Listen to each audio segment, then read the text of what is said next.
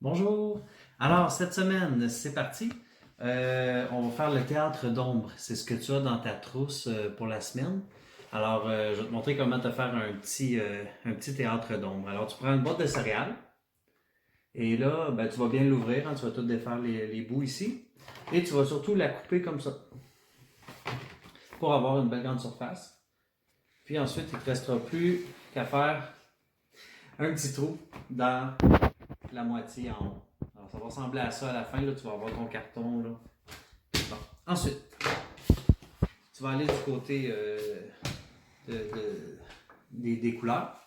Puis, tu vas venir appliquer de la colle à bâton sur ton contour de trou. Puis, tu vas ajouter du papier parchemin. Parce que c'est ça qu'il faut ici pour faire du théâtre d'ombre. Il faut quelque chose qui est un peu semi-transparent. OK? Donc, tu ne pourrais pas utiliser du saran wrap. Il faut que tu utilises soit un tissu très très fin, très transparent, ou un sac à poubelle blanc, ça pourrait peut-être fonctionner. La nappe blanche du Dollarama fonctionne très bien. Mais le papier parchemin fonctionne aussi vraiment très bien. Alors, j'ai placé ma colle à bois, ma colle à bâton tout le tour et je viens coller mon petit papier parchemin comme pour remplir la fenêtre. Parce que le ruban collé, il ne va pas très bien avec le papier ciré. Là. Le papier parchemin, ça adhère pas vraiment bien. Ensuite, on va venir monter notre théâtre. Coller mon petit papier dans mon carré. Et là, vraiment, je vais m'assurer que ce soit bien, que ça plie bien ici, là, ce qui était déjà là, les formes de la boîte. Et là, tu vois, regarde ce que ça va donner à la fin. Les rebords de boîte ici vont m'aider à la tenir sur la table. C'est ça que je vais fixer ici, là, okay, avec le ruban collé. Donc vraiment, là, j'y vais. Je colle celui-là.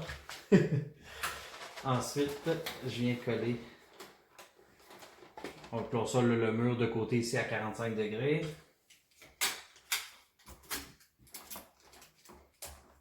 Et celui-là ici en dernier, ben, c'est là que je viens chercher mon 90 degrés.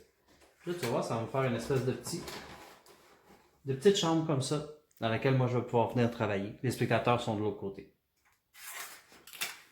Et puis la même chose en haut, hein? Donc, comme ça, à 45. Et le dernier à 90. Ça va m'aider à avoir une belle structure solide. Parce que, tu sais, je vais devoir peser tantôt un petit peu dessus comme ça. Fait que je veux que ce soit solide, je veux que ce soit bien fixé. Alors, je le solidifie bien comme il faut. Et là, j'ai un beau théâtre. Bien solide. Et voilà.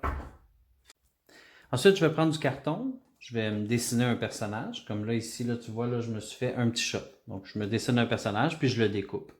Pour les éléments petits comme la queue, ça allait, mais là, tu vois, les moustaches, ça aurait été difficile à découper. Alors, ce que j'ai fait, ben, je me suis découpé des petits bouts de carton, puis je suis venu les coller par après. Donc, c'est comme ça que j'ai réussi à faire du plus petit détail. En bas de mon chat, ensuite, je dois avoir comme ça une petite languette qui se plie d'un côté et de l'autre, comme ça. C'est de cette façon-là que je vais venir placer mon chat sur l'écran avec ma petite languette pour le tenir en place. Et voilà, comme ça. Puis là, il va pouvoir changer de direction. Alors, je me suis fait un chat et je me suis fait une toute petite souris. Tu la vois? Alors, tu as ton petit théâtre, il est bien solide. Tu as mis ta petite fenêtre en papier parchemin. Tu as tes petits personnages. Et là, il te faut une lumière. Alors, moi, j'ai la super lumière, hein, mais tu pourrais utiliser une lampe de poche, la lampe de poche d'un téléphone cellulaire ou n'importe quelle lampe. Là. Vraiment, ce qui est important, là, c'est que tu as une lumière à peu près à la distance, là, à peu près à un pied de ta boîte. Alors là, tout ce qu'il reste à faire, c'est de fermer la lumière, allumer ta petite lampe et c'est parti.